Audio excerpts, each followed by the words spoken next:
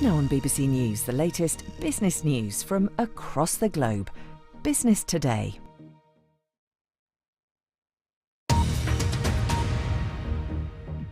This is BBC News, the headlines. US police are investigating the background of a suspect arrested after shots were fired at a Florida golf course where Donald Trump was playing golf. The FBI says it's being investigated as a possible assassination attempt. Mr. Trump was unharmed. It's a crucial day in court for TikTok, which could decide its future in the US market.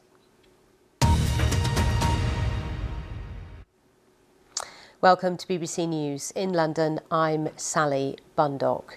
We begin in the US with what the FBI says was an apparent attempt to assassinate Donald Trump at his golf course in Florida. Mr. Trump was unharmed. My colleague Lucy Hockings, who is in Washington, had the details. The FBI is investigating what appears to be an attempted assassination against former President Donald Trump. Shots were fired in his vicinity on his Palm Beach golf course in Florida, one of his golf courses there, while he was playing with a colleague. It's understood Secret Service agents then opened fire on a suspect. That suspect then fled the scene by car. We've heard from Donald Trump's campaign team. They released a statement quite quickly in which the former president had this to say: "There were gunshots in my vicinity, but before rumours start spiralling out of control, I wanted you to hear this first. I am safe and well." That comment from Donald Trump, and we've had more since then in which he has reassured people and told them he will keep fighting. An image of the moment when security services surrounded the suspect has also been released, and we can show you that now. He was detained in Martine County. This is by the sheriff's office.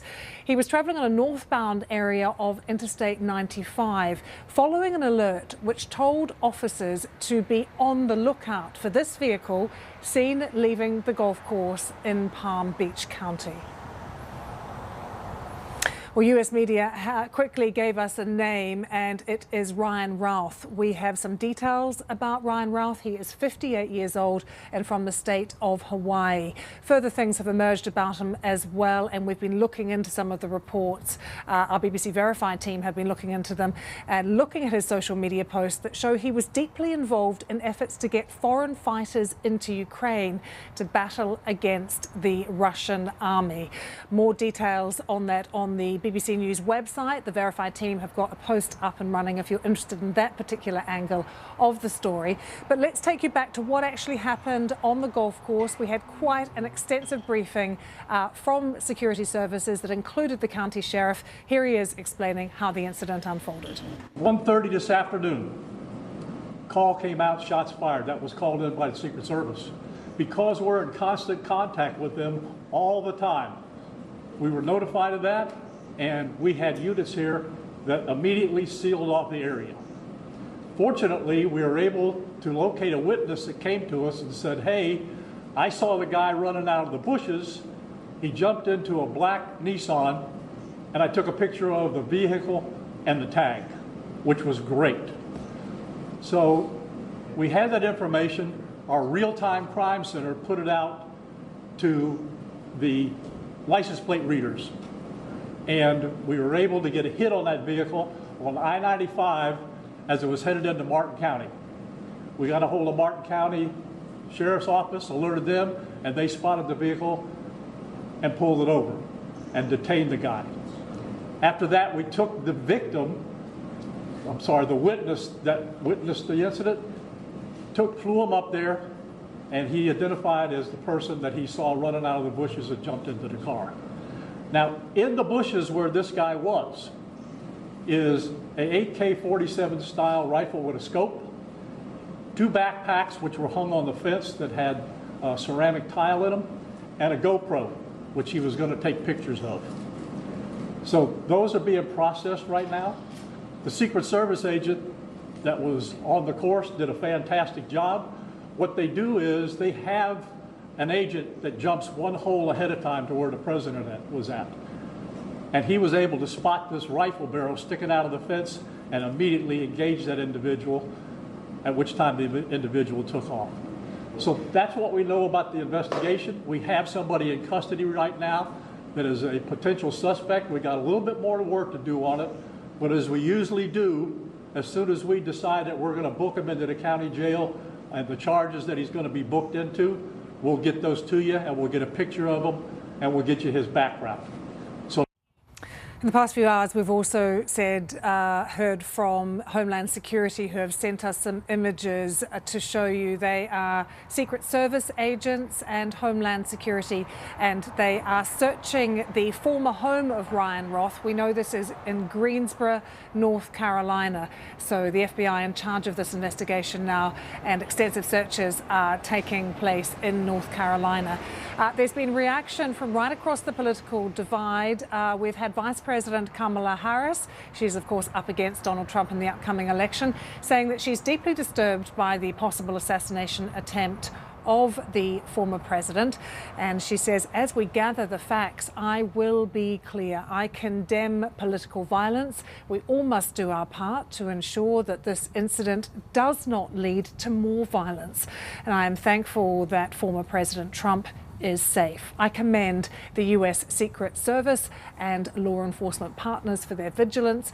As President Biden said, our administration will ensure that the Secret Service has every resource, capability and protective measure in order to carry out its critical mission to protect the former president, because there had been huge criticism of the Secret Service after that first assassination attempt. This time round, widespread praise for their actions, particularly for that one agent who managed to spot the AK-47 in the bushes and those that apprehended him as well.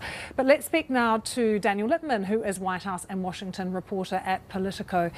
Daniel, it doesn't quite have the emotional heft of the first assassination attempt this time round. Donald Trump was safe straight away and quickly moved away from the golf course. But nonetheless, you really get a feeling that people are very shocked here in the US over what has happened. How do you think it's going to change the campaign?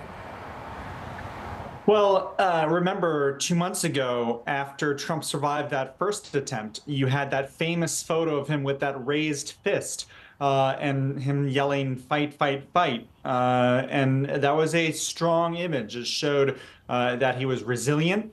But you don't have an image like this this time. Thankfully, no bullet was taken out from the gunman, and he didn't have to go to the hospital. He was just rushed back to his resort. And so anyone who was sympathetic towards him last time and maybe went to his side probably is already on his side. So I don't think that he's going to get a huge bump from this. But it's a reminder of how heated the campaign is and how, we have a mental health crisis in this country that leads to people who have a screw loose and are out for blood. Political leaders are all saying they condemn political violence. We've had another statement from Kamala Harris in the past few hours, President Biden as well. But Daniel, this is the second attempt, as you've said, on Trump's life in the past few months, and it's happened in a deeply divided country.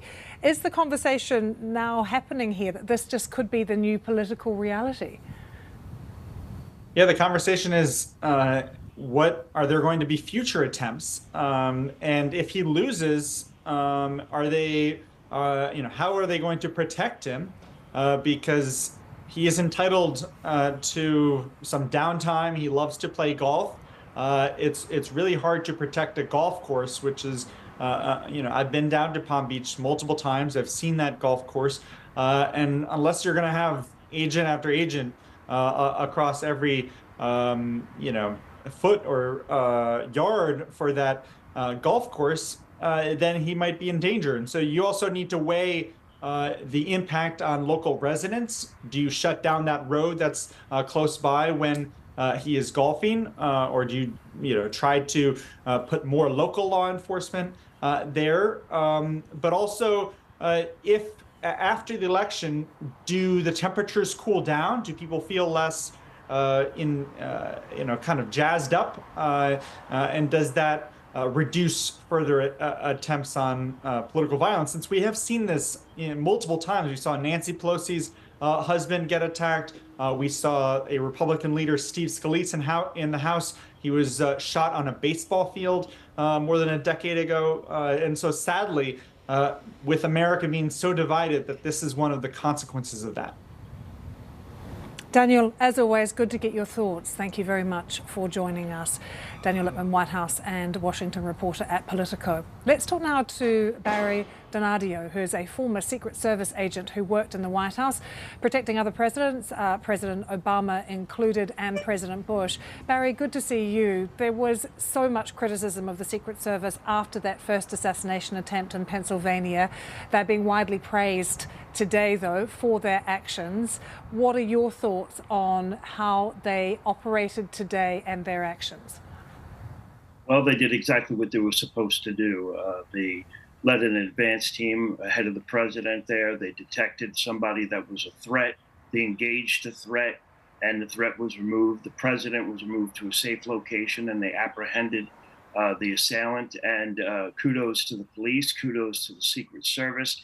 They even did it without hurting the man with the rifle. So it is a good day for law enforcement, the president, and the Secret Service in its entirety. Absolutely.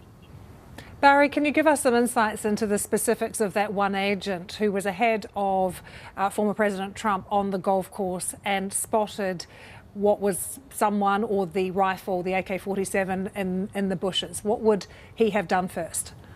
Yeah, I can reasonably state that if it were me, and they would probably act as if I would react, there was probably not even any time to call in on a radio. He probably saw the threat. He or she may have given voice commands to drop the rifle. And if there was non-compliance, there would have been rounds downrange towards the threat. That's just the bottom line. I understand there could have been as many as 6 shots fired. So I'm not quite sure if he was even hit or not.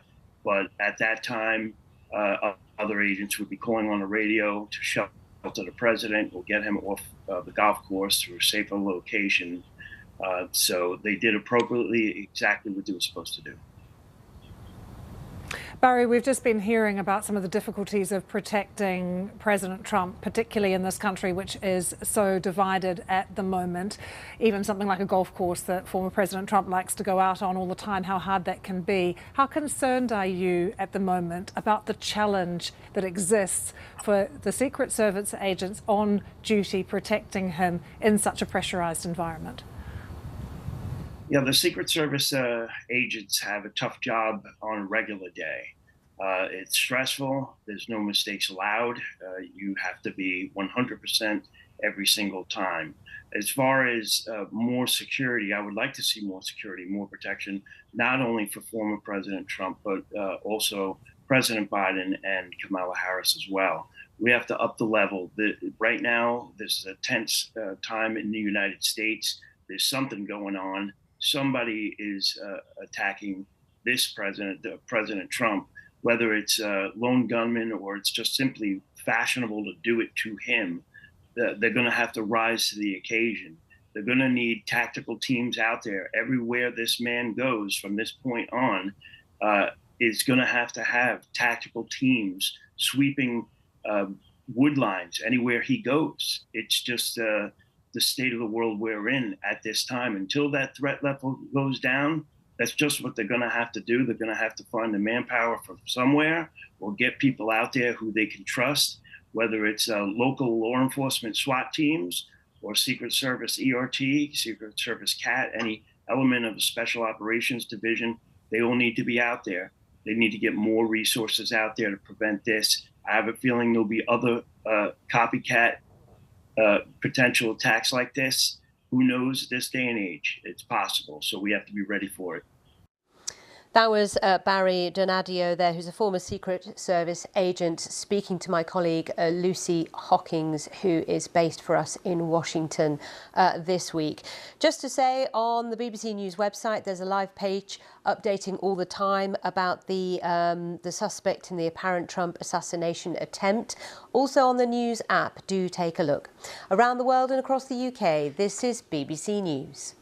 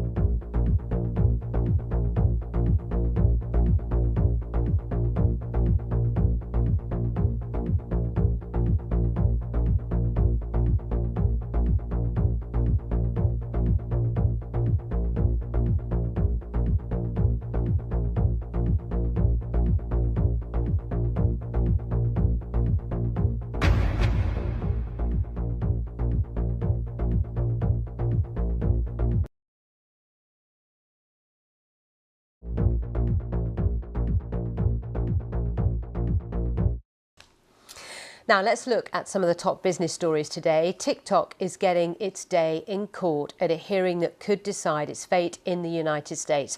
The social media platform is challenging a US law signed by President Joe Biden earlier this year. It aims to compel its Chinese parent company ByteDance to sell the company or face a ban in the US. TikTok claims it has more than 170 million users there at the moment. Our North America technology correspondent Lily Jamali in San Francisco talks us through what's at stake. When the U.S. Congress passed the divestiture ban measure this spring, they did so with rare bipartisan support. Lawmakers said TikTok could share the data of its 170 million American users with the Chinese government and open the door to Chinese propaganda. TikTok has denied those allegations. The company has called the measure an extraordinary intrusion on free speech rights. It will make its case before a 3-judge appeals court panel on Monday and will be joined by creators who make their living on the platform. Department of Justice lawyers will follow with the government's view. All the parties in the case have asked for a ruling by mid-December. That would give the U.S. Supreme Court the opportunity to take the case up before any potential ban could take effect. For more analysis, I spoke to Grace Nelson, who is with Assembly Research. I asked her what we can expect today in court. So today we're expected to see 2 different versions of a case play out about the law at the center of this disagreement. The U.S. government will be, for the first time, giving us a look into those national security concerns under which they're proposing to ban TikTok or force the divestment of ByteDance from the app. However, from ByteDance's perspective and TikTok's perspective, we'll see them try their case under the grounds of First Amendment or free speech protections, alleging that the U.S. government here is infringing on the rights and liberties of not only the app and the platform, which could have great implications for how the U.S. government can go forward and regulate social media under other contexts, but also for the approximately 170 million Americans, as you heard, who use the app. TikTok is appealing for a speedy process. How long do you think this will take? Given that both parties have requested this case be heard by the Supreme Court no later than December 6th, and that ironically any ban, should the law be upheld, go into effect on January 19th of 2025, which is one day before a new president would be inaugurated, I would fully expect that not only a quick appeal be filed after the ruling from the hearing today, but also that appeal likely be picked up by the Supreme Court before that January or December 6th asking date. In the meantime, there's speculation about the outcome, of course, of this legal process, but also it's being reported in some financial press that Amazon and TikTok are deepening ties, with Amazon on the table as a possible buyer of TikTok. Your thoughts on that? So we've already heard ByteDance express pretty succinctly that they do not believe a separation of TikTok from the company is feasible commercial or legally. We've seen some concerns that separating TikTok, and in particular the algorithm that powers the delivery of content to key users, would make the product a shell of its current self as U.S. users know it.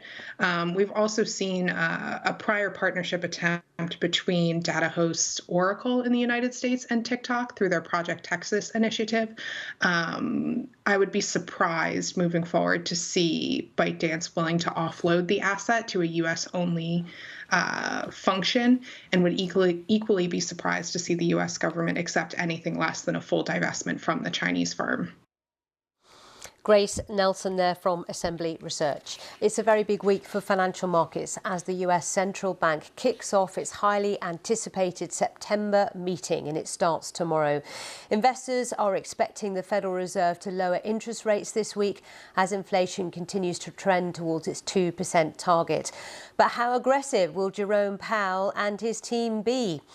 Also meeting this week is the Bank of England, with no change in the cost of borrowing expected this month. Susanna Streeter is head of money and markets at Hargreaves Lansdown. I asked her if she is expecting a big cut from the Fed.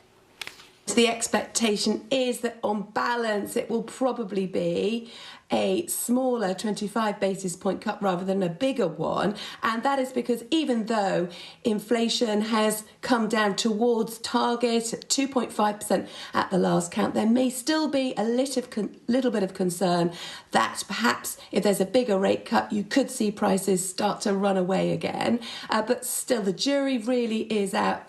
The Fed could well still vote for a bigger cut. One of the other reasons why perhaps they won't is because it could send a signal that they may be more concerned about the economy than otherwise would be suggested, because it's still going, it's pretty well. I mean, it's still growing, and they may want to allay those fears by moving more gradually with the first slightly smaller basis point cut.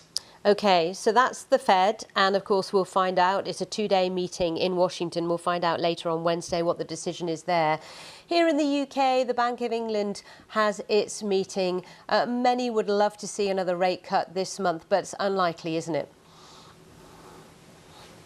It does look more unlikely, and that is because partly inflation has crept up away from target, and we've got the latest inflation snapshot due out before that meeting on Thursday, coming out on Wednesday, and it's likely to show that inflation has continued to edge upwards. That is why policymakers at the Bank of England are widely expected to make no change. However, further cuts are expected in November and December, with additional cuts later next year as well. So I think might have to have a little bit more patience. It does indicate at the moment, certainly financial markets are pricing in the likelihood of no change. So those borrowers who are looking to remortgage may have to wait weeks rather than days for another interest rate cut, but they are on the horizon. Susanna Streeter there. Let's head to India now, where the antitrust watchdog has okayed a deal between one of Asia's richest men, Mukesh Ambani, and the Walt Disney Company.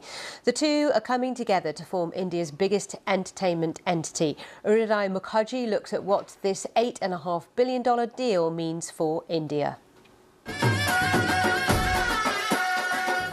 From India's top-rated TV series to a highly coveted cricket tournament, or even the English Premier League, they're all now going to be on one platform. A merger that could disrupt India's media landscape. Across smartphones and television platforms, the combined entertainment powerhouse of Reliance and the Walt Disney Company, giving 750 million viewers access to over 120 channels and global content from over 30,000 Disney assets. These guys will have some... Industry experts say while it gives the new entity heft to take on the big tech global heavyweights that have been expanding in the country, it could also spark some concerns for the existing OTT players jostling in India's market. Will they drop prices? And which is the big thing I'd worry about, which is the Reliance strategy over the years. Give stuff at throwaway prices and totally destroy value for the other guy. And you build up your business. इस बार Tata IPL जियो cinema पे. The merged entity's biggest cash cow, broadcasting rights to stream India's most popular sport. In a cricket-crazy nation, Reliance and Disney together now hold almost 80% of the highly lucrative sports streaming market. This matters. It's exactly what made India's Competition Commission sit up and scrutinize the deal, says antitrust lawyer Rahul Rai. The two of them together had shelled out roughly $6 billion US. And once you secure the rights to broadcast, you would like to sell those rights to advertisers. They retain the rights for the next couple of years, and therefore the regulators' concern would be about what would they be able to do for the next couple of years. Experts also say the watchdog would have needed assurances that the companies don't use their leading market position to squeeze advertisers. While the companies are yet to disclose what voluntary modifications they will be making to this merger deal, it has been widely reported that they've pledged to not raise prices excessively and discriminate against advertisers, something that would have helped address anti-competitive concerns and ensure that the Indian market remains free from a scenario where there is too much power concentrated in the hands of one entity. Arunodaya Mukherjee, BBC News, Delhi. Do stay with us here on BBC News. At the top of the hour, we'll bring you the very latest on our lead story, that being the news that there was an apparent second assassination attempt on Donald Trump while he was playing golf at his Florida resort. A live page is active right now. Do take a look. But from me for now, goodbye. I will see you a little later.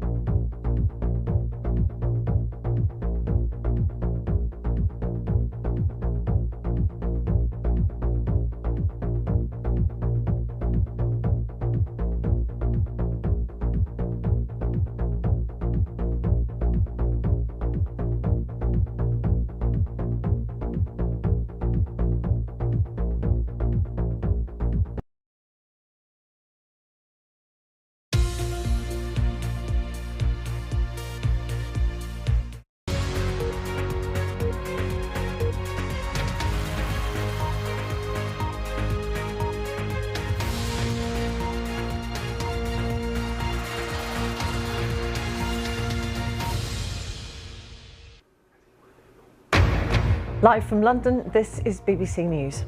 Donald Trump says he's safe and well after what appears to be another assassination attempt. US media have named the suspect as 58-year-old Ryan Routh. Gunshots were fired on a Florida golf course where Donald Trump was playing. The Secret Service agent that was on the course did a fantastic job. He was able to spot this rifle barrel sticking out of the fence and immediately engage that individual. The suspect fled but was then arrested after authorities surrounded his vehicle on a highway nearby. Poland declares a state of natural disaster as extreme flooding wreaks havoc across Central and Eastern Europe.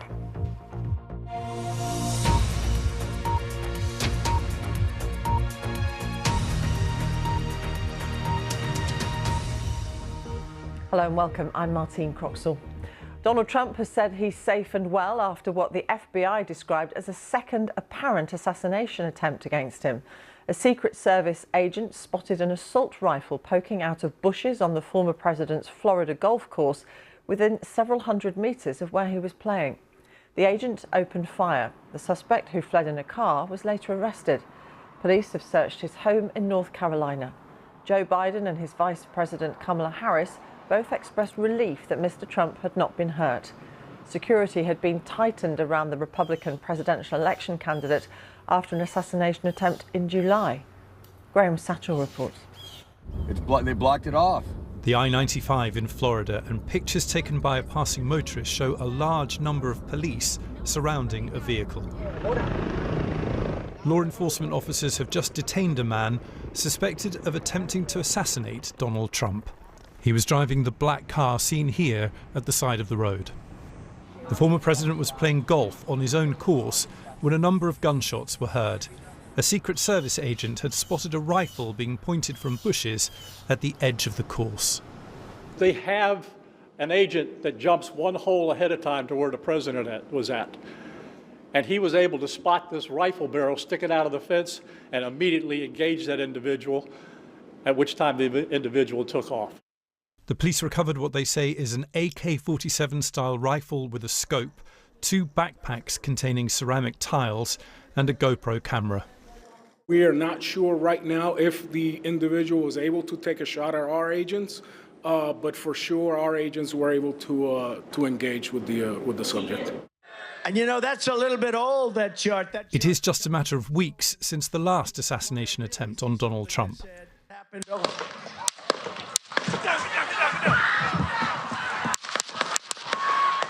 He was shot and injured at a campaign rally in Pennsylvania. Just moments later, he was on his feet and shouting, "Fight, fight," to the crowd. After this latest attempt, the former president put out a brief statement.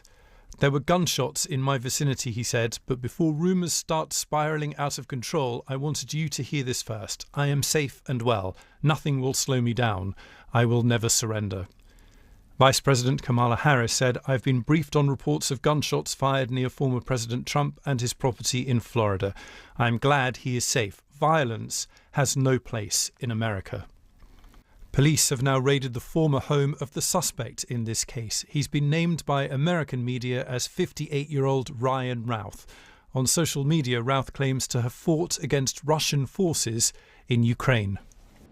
Donald Trump left his golf course under heavy security a few hours after the thwarted attack. There will be questions about how a man with a rifle was able to get so close to the former president, but Donald Trump has praised the Secret Service for their response and says he will continue to campaign this week. Graham Satchell, BBC News. Well, our correspondent Tom Bateman is outside the Palm Beach golf course where the incident took place, and he gave this update. Well, over the coming hours, there will be much focus on the suspect, named by US media as Ryan Wesley Routh, a 58-year-old former construction worker from North Carolina.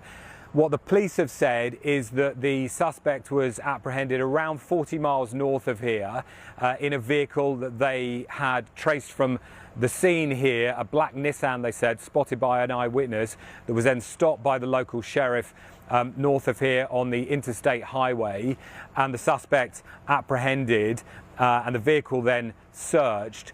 The suspect now being held in a jail in the county there, and what we expect in the next few hours in the morning is that that person will be transferred back south down here to West Palm Beach, and the potential then for a court appearance We heard from law enforcement officials during that news conference earlier that if they decide to book him, they can then press charges locally here. But there's also, of course, the distinct possibility of federal charges because there is an FBI investigation now leading all of this.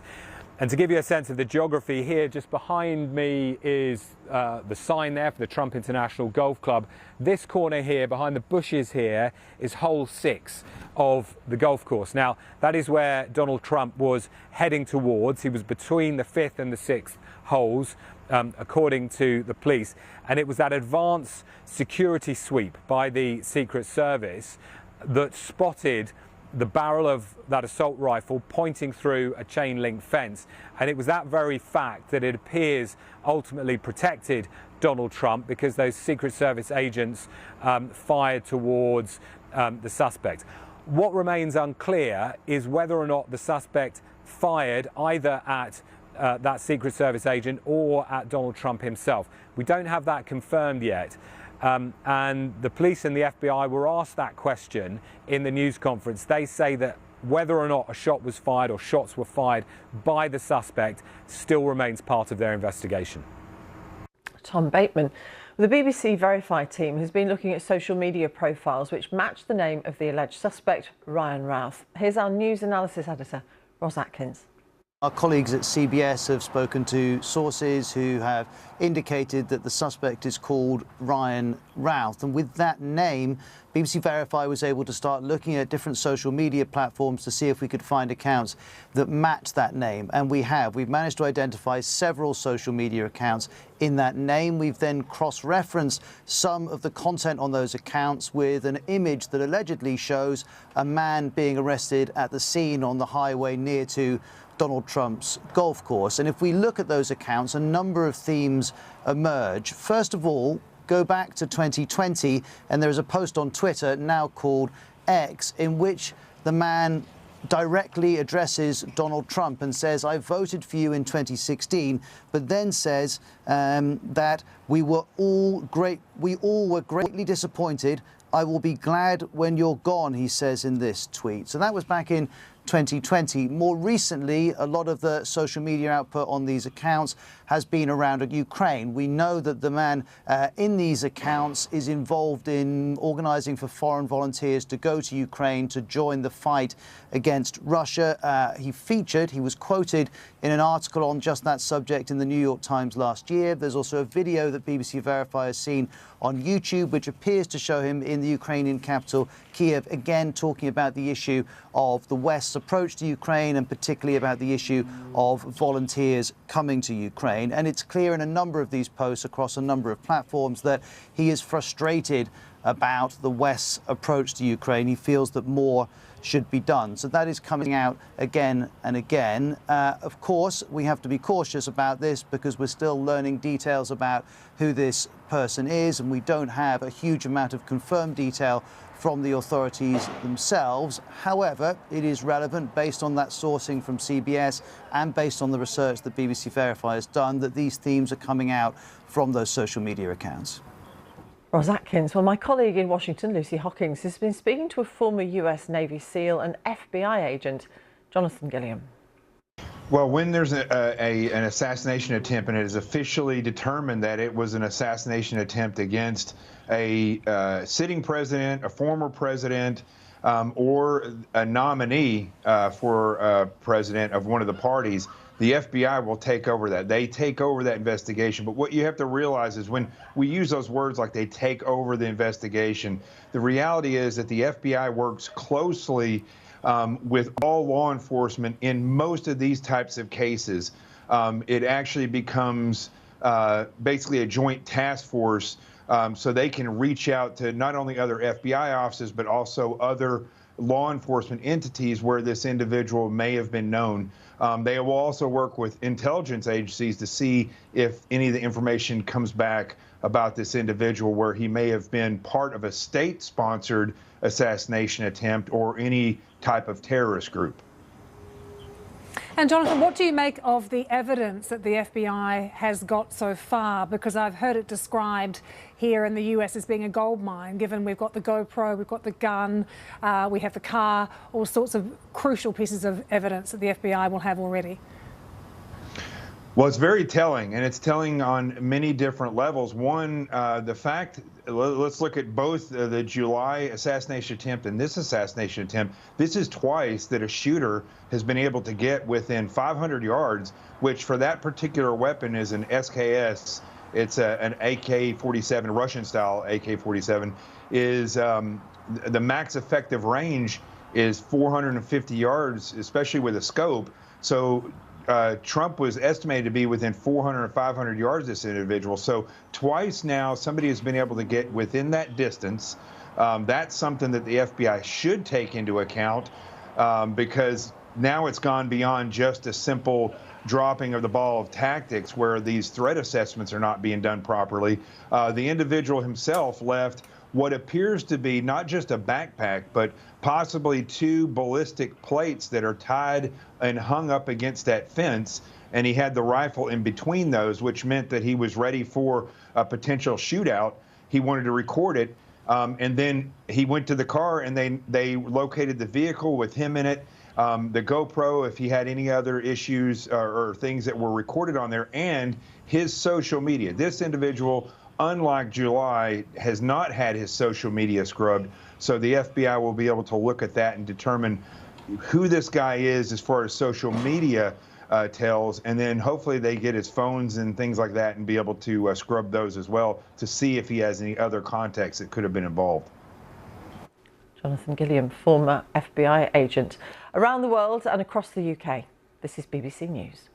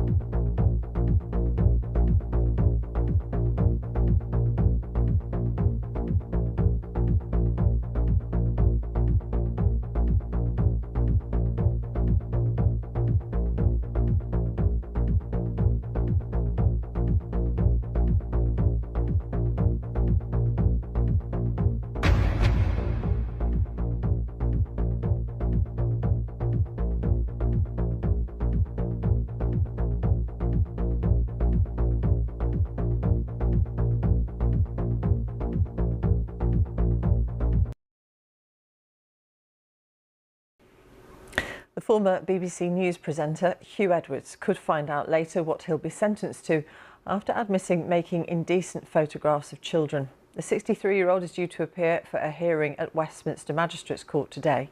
The Chief Magistrate may decide, though, that he doesn't have sufficient sentencing powers and could send the case up to a Crown Court.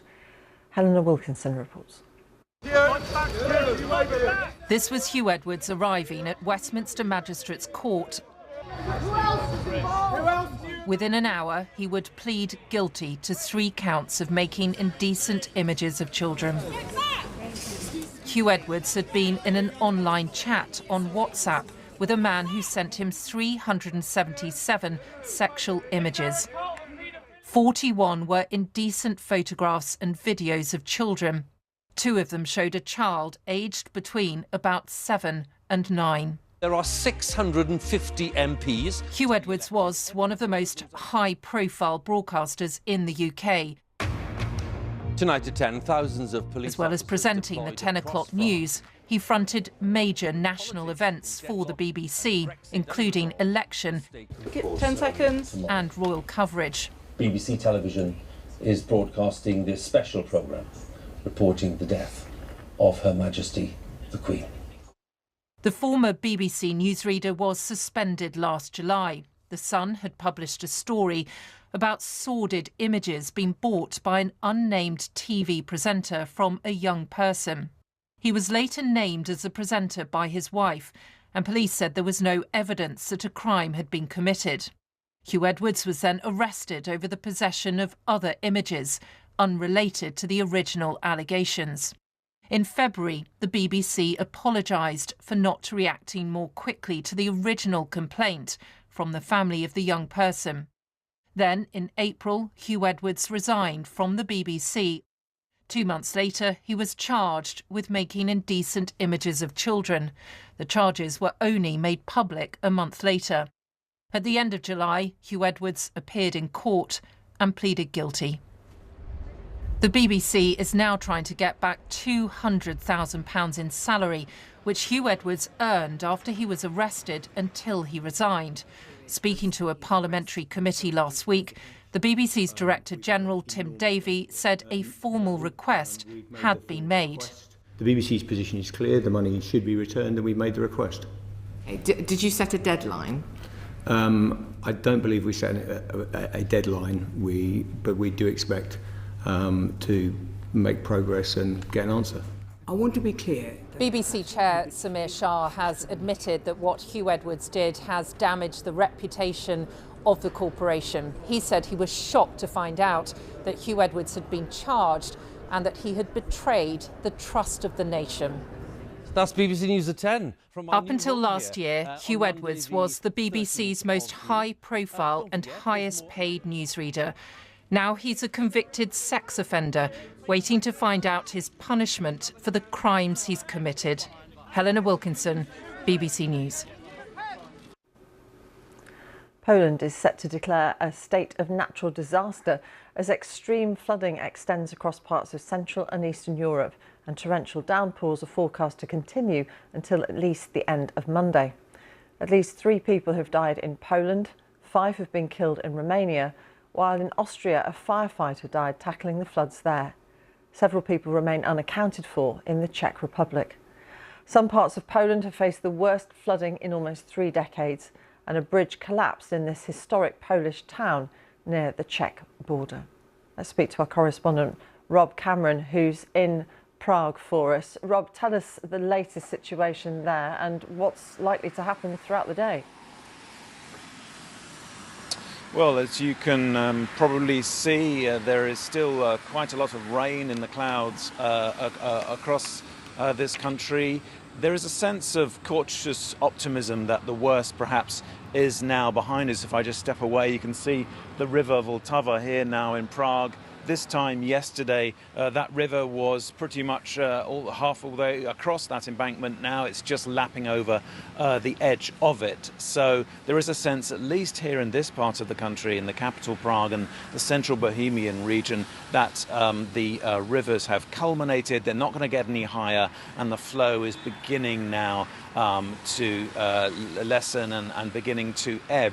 On the other side of the country, however, North Moravia, Silesia, the very northeastern part of the country, there the situation is still critical. Rivers there are beginning to fall a little bit, but they are obviously leaving behind them a devastation which is now becoming clear as the clouds part and the emergency services get a better view of what destruction has been wreaked on these towns and villages. Places like Krnov, Opava, Šumperk, Hanušovice. These are small towns in the mountains of North Moravia and Silesia, many of which were completely cut off by these floods, and they have suffered considerable damage. A number of houses have fallen into the river. About 10,000 people in total have been evacuated. So if there is more rain today on Monday, then that's obviously bad news for that region, which is only just recovering from this catastrophe. Rob, thank you very much. Rob Cameron in Prague.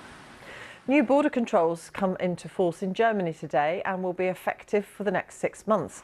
They're part of Berlin's response to rising migration concerns amid a surge in far-right sentiments and recent violent incidents involving asylum seekers.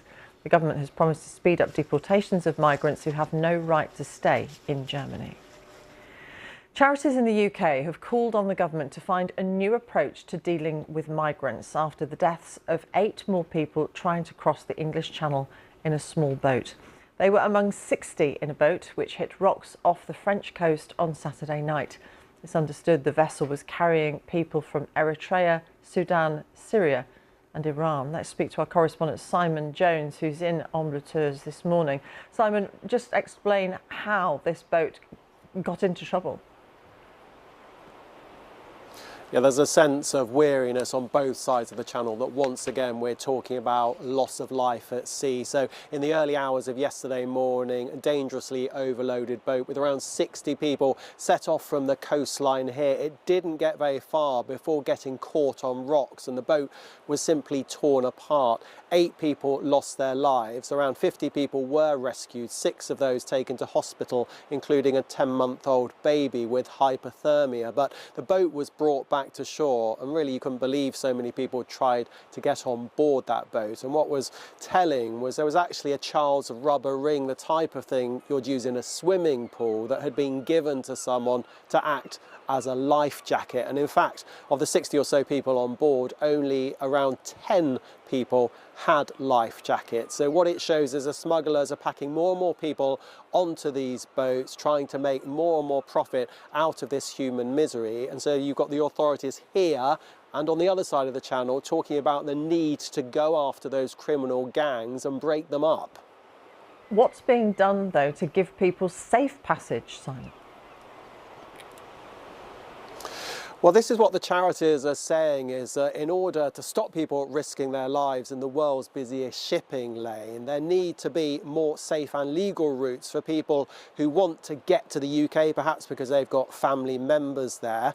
Now, the government in the UK will argue there are schemes such as people from Afghanistan can apply directly if they've worked for UK authorities. We've also obviously got the scheme that brought a lot of people from Ukraine over to the UK. But for most people, the only way that they can claim asylum in the UK is actually to get there, to be physically there. And the charities are saying that means people are forced to make dangerous crossings.